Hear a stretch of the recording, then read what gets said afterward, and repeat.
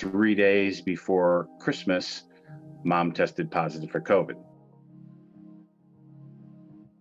It was New Year's Eve morning, and we had a call. They were going to admit her to the ICU. All we heard was, it's not good.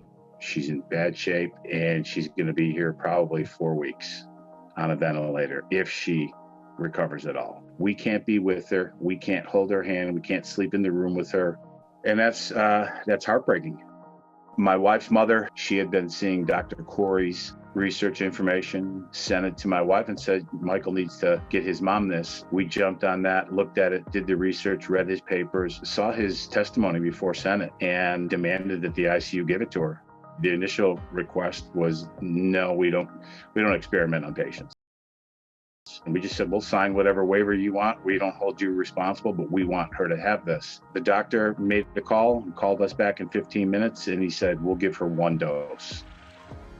Less than 48 hours, Mom is taken off of the ventilator. She was stable enough to move from the ICU. It was nothing short of miraculous. 3-4 days after her first dose of ivermectin, her only dose, she's not doing well. Called and said, I need to talk to the attending. We need more doses of ivermectin. They said no.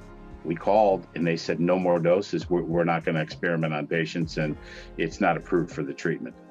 I called the lawyer. I called Ralph. We brought the family in, prepared legal papers to have to bring a lawsuit against the hospital. In the meantime, her doctor, Dr. Scavani, had provided us with a letter. He was a family physician, didn't know a great deal about this, but with the information the family provided, Dr. Scavani was willing to sign a letter stating that she should have the ivermectin. The court, based on all of that information, ordered that the hospital provide her with the ivermectin. The hospital's attorney contacts me, says the court has no power to prescribe medication. The hospital fought the court order. This drug has been prescribed over 1 billion doses already since in the past 5 years. This is something that has little to no side effect at all. I think Dr. Corey said in his video, benign, meaning maybe she'll get a rash on her hand. Finally, the judge makes the decision that the family physician agrees to give it to her, orders it. The hospital must administer it.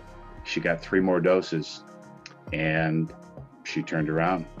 You're an 80-year-old woman, you're doing so poorly, you have to have a ventilator breathe for you. And then 5 days later, you're not on a ventilator anymore. What else was there? What changed? And the only thing that we can point to was our prayer, obviously, but the dosage of ivermectin. So many people are dying today, and this gives them a chance. I wish they would have gave it to her when they found out she had COVID, when she tested positive. It's easier to stay healthy than it is to get healthy. And my mother's going to be in rehab for a month because she didn't have it earlier. We didn't know. Grateful for Dr. Corey and the work that his team has put together, and it's had an impact in saving her life.